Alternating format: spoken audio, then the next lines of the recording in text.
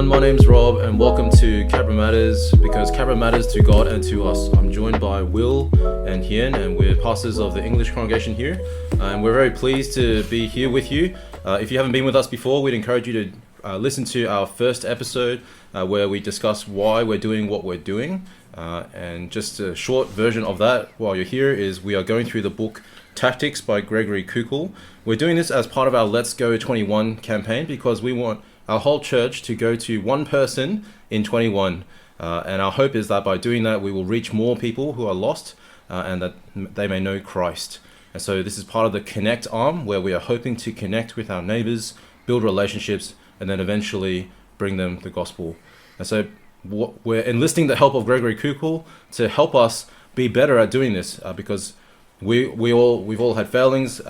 We've explained briefly that there's gaps between where we are now and bringing people the gospel, and so we're going to dive in to tactics this week. And so we're looking particularly in the first two chapters. It's called Diplomacy or Dday, and also Reservations. And so I'm going to hand it over to Pastor Will, who will kind of summarize and take us through the key ideas, and then we'll clarify a few things and reflect on it together.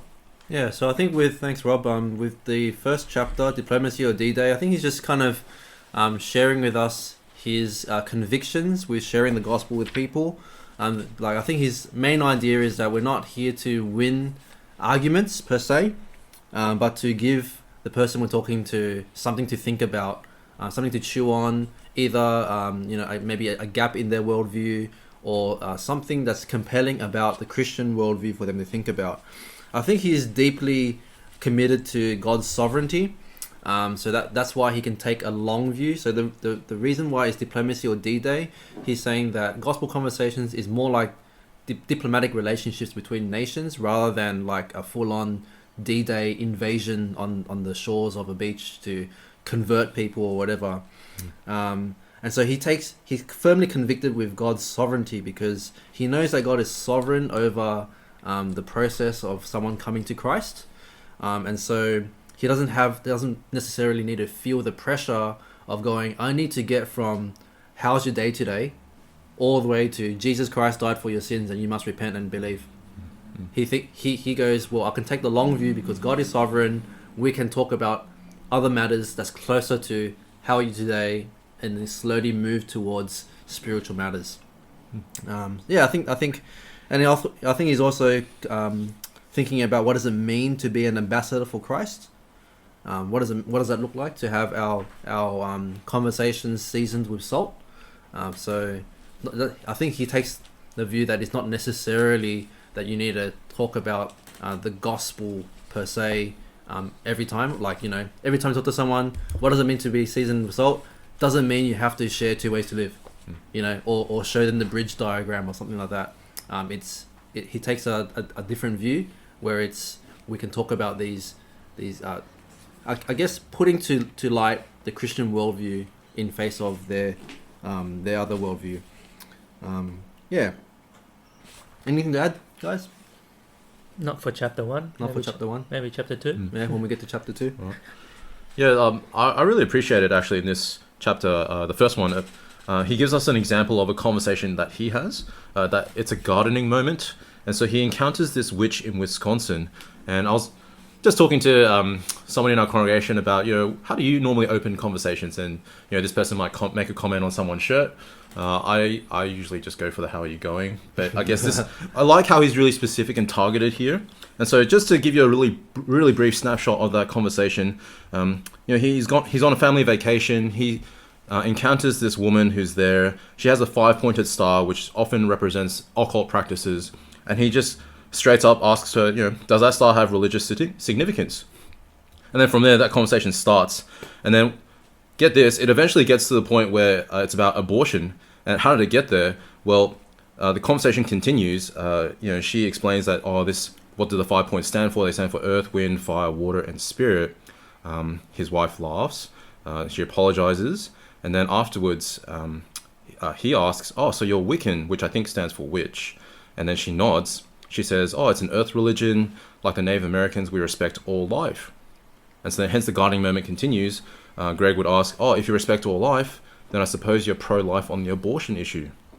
And so what really impresses me about this is just the way that he starts it, the way that it eventually he gets to know her a bit better, and then he eventually turns it into like an issue. Kind of, I think he uses the language of reversing the burden of proof. So he kind of turns the tables ever so subtly and gently, and gets it to like a deeper kind of level. I was just really impressed by that. I want to be able to do that more. I wouldn't say I'm very good at it. But yeah, that's one thing that really stood out for me. Yeah, I think a quote that stood out for me was he says his aim is to manage, not manipulate, convince, not coerce, and finesse and not fight. Speaking of fight, I guess most of us, or might have been very gung ho at some point in our Christian walk, and might have had some boo-boo mistakes when we talk to people, and then it turned into an all-out argument. And I think it's a good principle to have, where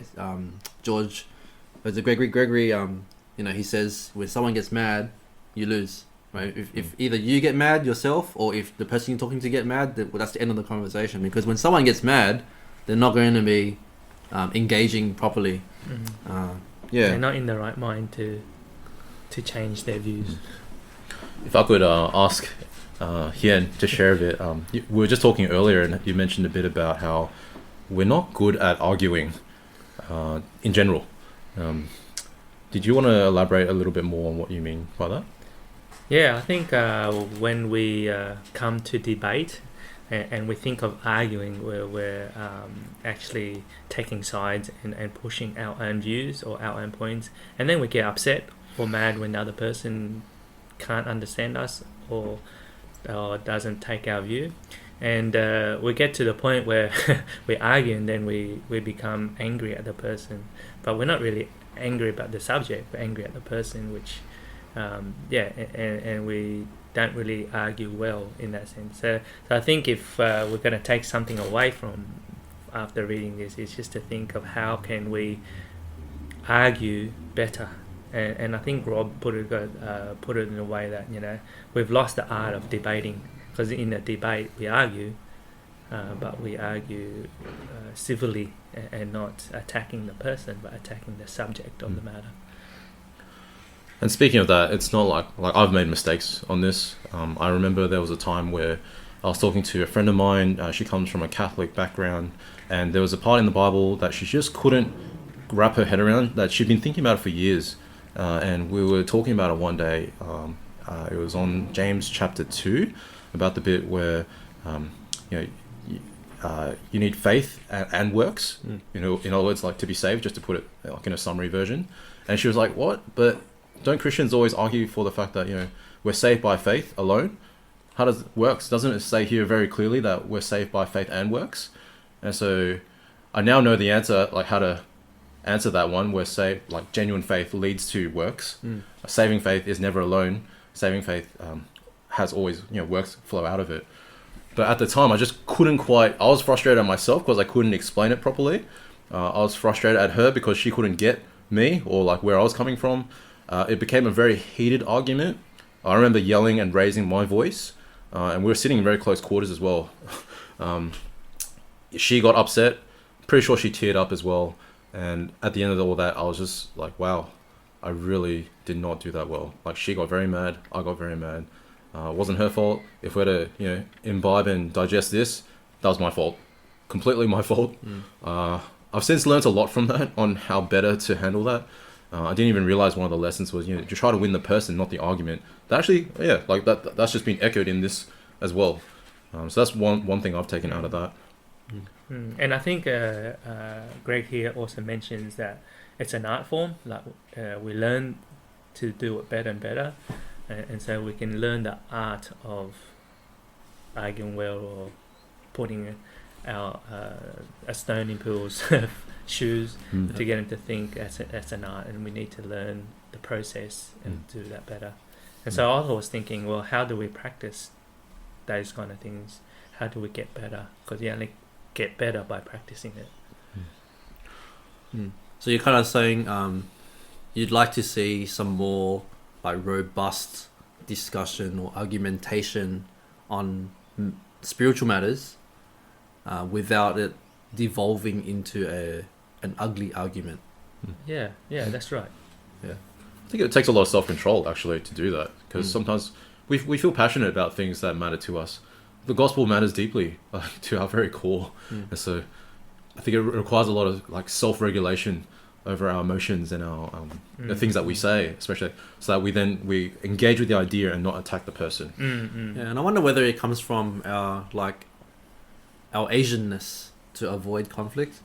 And when we see, there's 2 points of view that's clashing with each other, it's like, the alarm bells ring. Oh, it's conflict. Yeah, it's conflict. we shut down. I don't want to get into this. Yeah. It's uncomfortable, and it may end sour.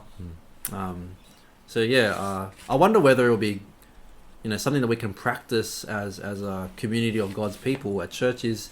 To ask questions about why we hold certain views, like especially after a sermon or something, where we can talk to each other about those kind of things, and then engage in those ways. I mean, even in our Bible studies, I think, it's an opportunity to go deeper, and also to, I guess, practice articulating and refining our articulation of why we believe in what we believe.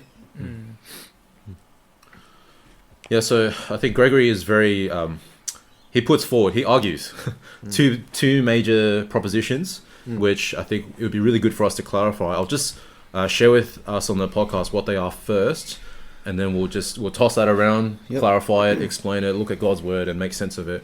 So that first one is on page 44, if you have the book with you. He says something that really stood out at me when I first read it. He says, "You cannot love someone into the kingdom. It can't be done. Neither is the simple gospel by itself adequate to do that job." So just hear that again. You cannot love someone into the kingdom. That's the first proposition. We'll address it in a moment. The second one is in page 46. He says, "It may surprise you to hear this, but I never set out to convert anyone. My aim is never to win someone to Christ. All I want to do is put a stone in someone's shoe." I was just thinking to myself, whoa. Like, we both love Jesus, we love God, and we love the lost. We do want to convert people. At the end of the day, I think that is what he's saying, but we need to hear what he's saying here. So let's just go back to that first one, which is you cannot love someone into the kingdom. What is he talking about there? What do you reckon, Ian? I think you can show all the love things like, provide a room, help someone with clothing, give them money, and that's showing love to the people, and people love you for that. But you haven't really expressed why you do that, or really challenge the person on their worldview. And so I think, and if you look at anecdotally, those who, or churches or people, Christians who love people, how many conversions has that produced? And according to Greg, I haven't really done the study, but Greg says, well, he hasn't seen much conversions through just loving, like just on its own loving someone. And the counter argument is that you can argue someone into the heaven in the sense that you can present the gospel to someone and put that case forward, and then there's more conversions through presenting the gospel in that way. So if we think about it like concretely, we're going to launch our homework club. Yep. Right. That's one way we're going to love our community. Yep. By providing them a service. Yep. Providing them a space to be able to do their homework. So we're helping not only families, we're helping the kids themselves in their homework and offering them any help that they might need. So that's loving them. And so if we just do that, but we are mute when it comes to sharing why we do this, talking about Jesus at all, then I think, how would they know about Jesus? Well, it's not like they won't. Yeah. Really, at the end of the day, like, we can do all that we can to love people. I've heard sentiments when it comes to some of the things that we do at church. We do it to love the community. And I'm all for that, by the way. Yep. We want to love our community, but it cannot stay there. That's why we're very deliberate. Every time we share about ministries, we try to bring people back to the fact that, yes, we are trying to connect with people.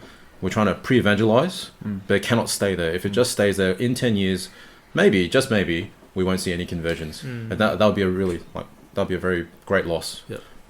Yeah. So what we can take out of that in practice is that instead of spending 80 or 90% of our time and our efforts in loving people, we should be spending, say, 50% of our time and efforts into loving people, and the other 50% into preaching the gospel or sharing what it means to be living for God, or just sharing what Jesus done for in our lives.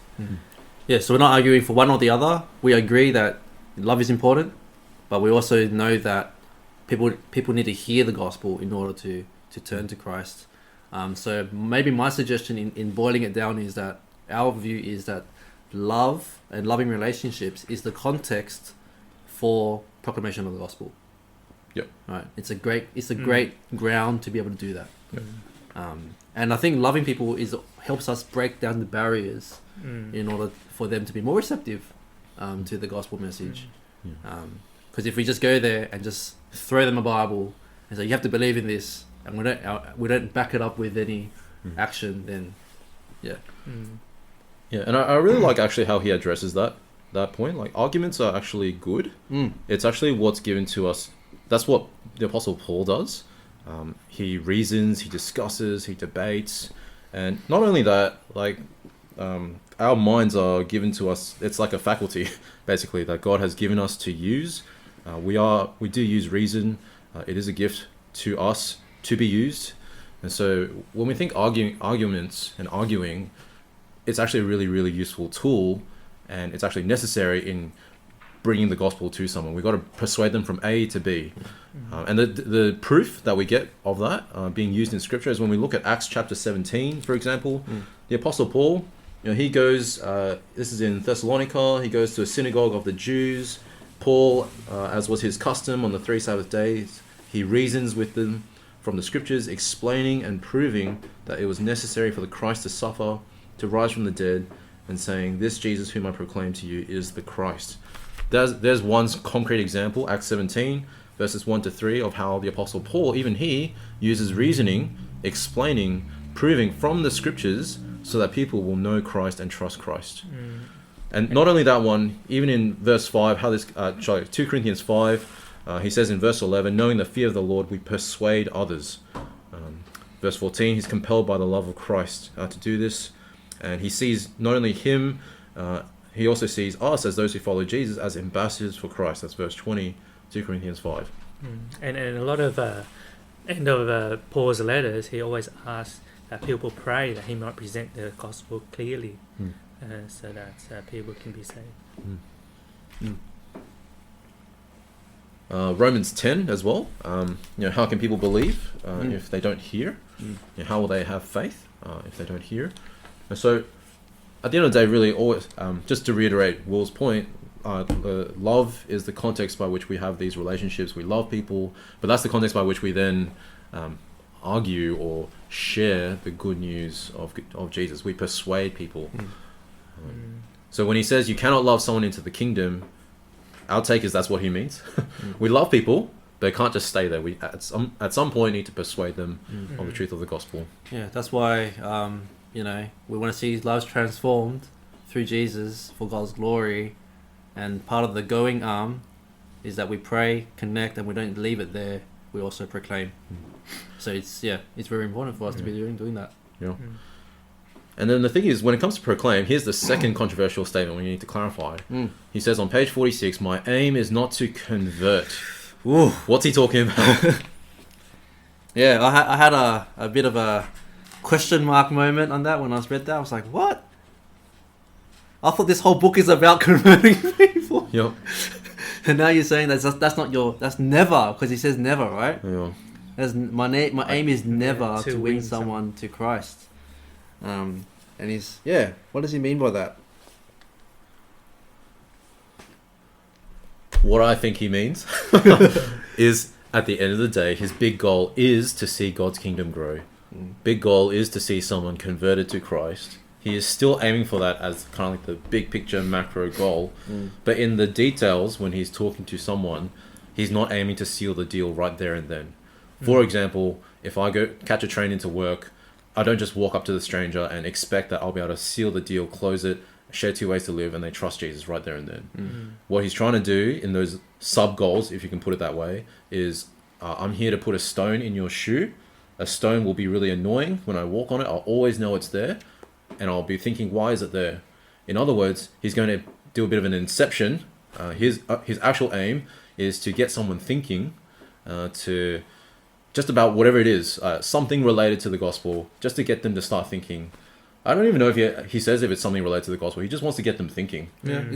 it could be a gap in their worldview. Yeah. Yeah.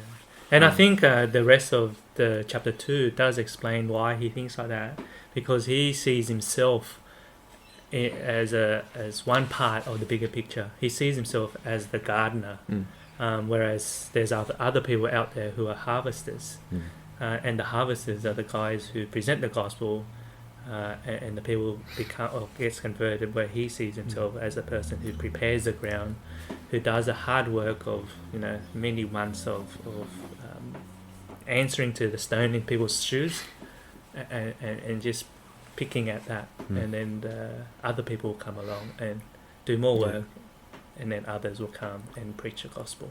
Yeah, I don't think I want to push that too far. I feel like we can get into this idea of thinking that that's my role. Like, my role is not to harvest, and my role is just to garden, or my role is just to. So why can't you then argue that my role is to love? Right, that's my role. My role is loving, not proclaiming. Someone else can proclaim, right? So I don't think we can take it to those extremes. I think we've got to have a bit of caution. Maybe a better way of thinking about it is that there are gardening times and there's time for harvest, right? And we are all called to harvest. We all pray for harvesters, because he's playing on the idea that, I think Jesus says you sow and others may reap, and then you might reap where others have sown, right?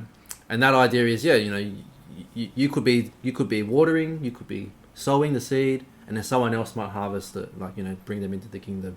But then we also have the reverse also works as well. Someone else might have been sowing, and then you might happen to be there at the end of the chain to reap the harvest into the kingdom. So I think we should always have salvation in mind. Like, if someone comes up to Gregory and asks, "What must I do to enter the kingdom, to have life?" He's not going to throw another stone in the shoe, right? He's not going to go, "What do you mean?" Why did you ask me that? Right? He'll tell him. I think. Yeah. That's what I think he would do, and I think that's also what happened with the Apostle Paul when he was before King Agrippa, in Acts 26, where Agrippa is like, "What are you trying to, in a very short time, to convince me to become Christian or something like that? Persuade me." And then Paul's like, "Yeah, well, that's my goal. Yeah, I want you to be like me, except for these chains, right? And not only you, but everyone else is listening. Yeah, right. So it must be our goal for people to be saved. But I think at every step of the way, it doesn't have to be. I have to end there. I think that's the balance that that Greg is trying to get us to get. That we don't have to convert them at that moment. Yeah. But if it happens, it happens. If it doesn't, we just. So it's kind of like, sometimes I hear this said, trust the process. I think of it more like, trust God and trust His church. God is sovereign over all this, and He's given He's given the world here His church. We all play a part, and even if I think back into when I got converted and when I heard the good news of Jesus and followed Him, it was a series of different conversations with a whole heap of different people. God just put them around me. Now that I look back, I'm like, wow. I talked to this person about this issue, that person about that, read the Bible with this person, heard the gospel preached by this person. Oh, okay, it all makes sense now. So, we all play a part. We don't always have to be closers. We don't have to seal the deal in every single conversation. Not that we're absolved from that responsibility. If someone comes and asks us, "What must I do to be saved?" Tell them, please tell them. Show them Jesus, John 3:16. But majority of the time, gardening moments, get to know people, try to persuade them step by step, put a stone in their shoe. So I'd be really keen now just to wrap up on two particular questions for us to reflect on. We're going through, let's go to 1 in 21. How do these two chapters help our church in going to 1? Well, Hian was suggesting that we would get good at arguing. Yeah, How, in a good way. how do you get good at arguing? How do we? I think to get good, we have to practice. Yeah. And if we're going to practice arguing, we have to argue in a safe space, in a safe environment, knowing that it won't be heated, and knowing that we can be wrong or be right, and not be angry at the other person when we argue. Yeah, I think it also kind of like what we celebrate at church. Like we love when people come to Christ, but I think it also gives us perspective that it's the long game, and we want to trust God's sovereignty over this, and we want to be doing our best. So, for example, as I think about Let's Go 21, it's like there's going to be a lot of effort in us connecting with the one person we have in mind, praying for them, having conversations with them. But they may not become Christian at the end of Let's Go 21. We might have to wait till Let's Go 25, right? But we can still celebrate that we've taken those steps to connect and maybe put a few stones in their shoes. And I think it's a perspective shift from feeling like we failed because we didn't get to share the gospel at that particular moment, or we didn't get to convert, like bring someone into the kingdom at that particular moment.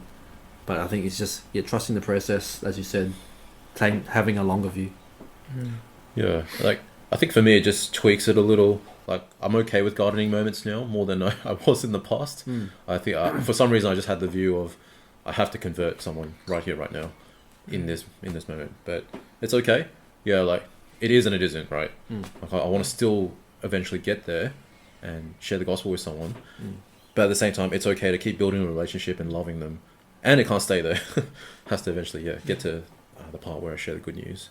And that takes time. Play the long game. It takes a while. Perhaps it even means like the things that we celebrate. Maybe it means in our church we share spotlights on here are some success stories. Here are some not so successful stories, if I can put it that way. And actually say it's okay. Look, the success in this unsuccessful stories you tried. And it's successful. In that sense, it is successful. It's helping. It's showing people that just because we don't get conversions straight up right here, right now, it doesn't mean like we failed necessarily. Like we keep working hard at it. We keep sharing the good news with the people around us, and we celebrate that. Yeah, because in the end, God is sovereign over salvation. And we've been talking about stones, and I think that's the metaphor, and we haven't really spoke what these stones are. And so I think, how do we get good at putting stones, or what is the stones that we talk about, and how do we get good at putting these stones into people's shoes? Yeah, so that would be the second kind of second and final application / reflection. What kind of stones can we put into people's shoes? That's hard. What are the stones? I guess so. Stone is something that like it's food for thought for that person to be thinking about. So, for example, I had a chat with my friend. So this is me applying last week. Our last thing, I was talking to my friend Charles. Oh, I shouldn't have named him. Oh, well, I named him. Right, I was talking to him, and because hey Charles, if you're listening, thanks for listening. Talked to him, and we talked about spiritual matters. I think the way that I describe our relationship is that he's trying to improve my life by telling me to exercise and stuff, and I'm trying to convert him to Christ, I guess, and in a sense improve his life that way, transform his whole life. And he acknowledges that, and we talk about spiritual things, and then he's like, I don't want to rock the boat in my life yet, and consider Jesus yet, because he will change my life, right? And then from there, I was thinking, what direction should I take this conversation? Because this is like a moment, right? And then so I just questioned him. I said, how do you know you have a lot of time left? How do you know you live to your 60s? And he's like, I don't know, but I still don't want to change my life right now, kind of thing. And then this conversation kind of like petered off from there. And as I reflect on that, I was like, I think I could have asked a different question, or could have brought it somewhere else. And I think I could have asked him, like, what kind of change he anticipates. Like, is it going to be a good change or a bad change? And then if he thinks it's a bad change, then we could further explore why is it bad? Why does he think it's bad? Because obviously having Jesus in your life isn't bad, right? And then if he said it's good change, then the next question would be, well, why delay a good change? you know. So that's something that I could talk to him about in next time we catch up. So, you know, you talked about changing it, like, you know, that Jesus will impact your life and change it. What do you mean by that? Yeah, and I think also the rest of the book would help us in thinking about what kind of stones we can put into people's shoes, so to speak, like, metaphorically. I haven't tried these ones yet, but two of them that I came across listening to a different podcast. One, you can ask, is God real? That one surprisingly does yield a lot of good conversations. Is God real? And then the second one is, well, what's wrong with our world? You know, in your opinion, our world's not perfect. What would you say is wrong with our world? And then they might have an opportunity to share. We can bring in the Christian narrative at some point.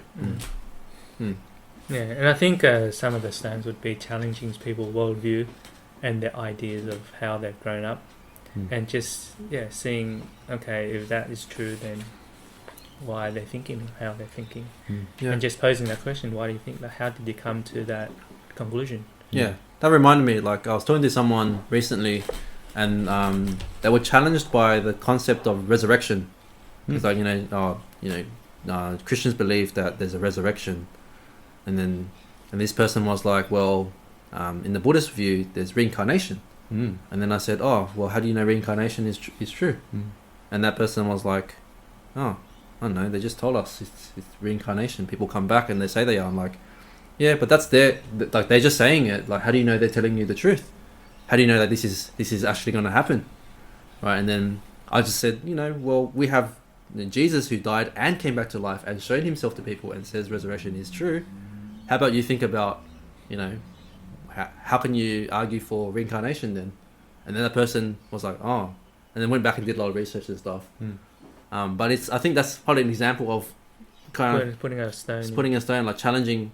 Yeah, how did you come to that conclusion? Yeah. Like, why do you actually believe in that?